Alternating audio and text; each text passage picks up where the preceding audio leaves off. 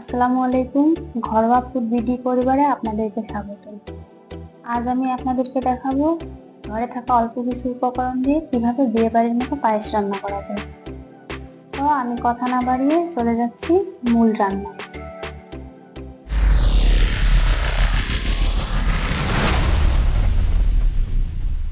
পায়েস রান্নার মূল উপকরণ হিসেবে আমি নিয়েছি 1 কাপ পরিমাণ চাল, হাফ কাপ গুঁড়া দুধ, 1 লিটার লিকুইড দুধ এবং 1 কাপ পরিমাণ চিনি।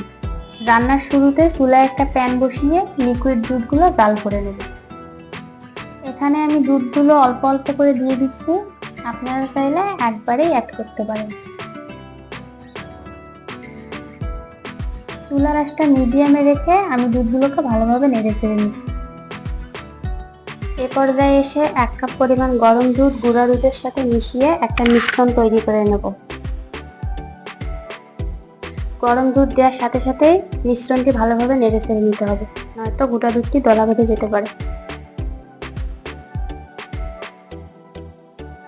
দুধটার বলক এসে গেছে, এখন আমি চাল অ্যাড করে দিচ্ছি। চালটা আমি আগে থেকে ভালোভাবে পরিষ্কার করে নিয়েছিলাম। চালটাকে এখন আমি দুধের সাথে ভালোভাবে নেড়ে চেড়ে মিক্সড করে নিচ্ছি। এখানে আমি পায়েসের জন্য সুগন্ধি জিরা চাল ব্যবহার করেছি, আপনারা চাইলে অন্য চালও ব্যবহার করতে পারেন। এখন আমি পায়েসে অ্যাড করে দিচ্ছি 2টা সাদা এলাচ এবং 4 টুকরো দারুচিনি। এভাবে ঘন ঘন নেড়ে চেড়ে নিতে হবে, নয়তো পায়েসটা নিচে লেগে যেতে পারে।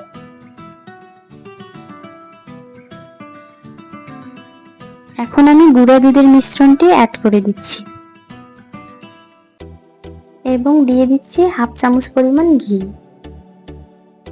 পায়েসে ঘিয়ের ফ্লেভারটা আমার কাছে ভালো লাগে, আপনাদের যদি ভালো না লাগে তাহলে স্কিপ করতে পারেন।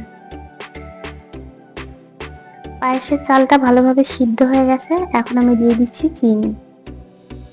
খেয়াল রাখতে হবে পায়েসের চালটা ভালোভাবে সিদ্ধ না হওয়া পর্যন্ত চিনি ব্যবহার করা যাবে না, তাহলে পায়েসের চালটা শক্ত হয়ে যাবে। পায়েসে গুড় দিলে পায়েসের কালারটা সুন্দর হয়। আমার হাতের কাছে গুড় ছিল না বলে আমি চিনির একটা ক্যারামেল তৈরি করে রেখেছি এবং সেটা পায়েসে দিয়ে দিচ্ছি। এখন আমি দিয়ে দিচ্ছি 7 থেকে 8টি বাদাম পেস্ট এবং 10-12টি কিশমিশ। এগুলো এখন আমি পায়েসের সাথে ভালোভাবে মিক্সড করে নেব। এভাবে পায়েসে বাদাম পেস্ট ব্যবহার করলে পায়েস থেকে একটা বাদামের ফ্লেভার পাওয়া যায়। আমার পায়েস রান্না প্রায় শেষ। আশা করি এভাবে আপনারা পায়েস রান্না করলে হতাশ হবেন না। আমার রান্নার ভিডিও ভালো লেগে থাকলে লাইক, কমেন্টস এবং বেশি বেশি করে শেয়ার করুন।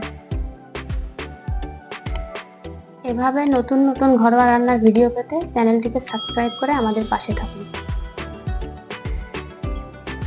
দিন শেষে আমাদের প্রত্যেককেই কিছু না কিছু খেতে হবে।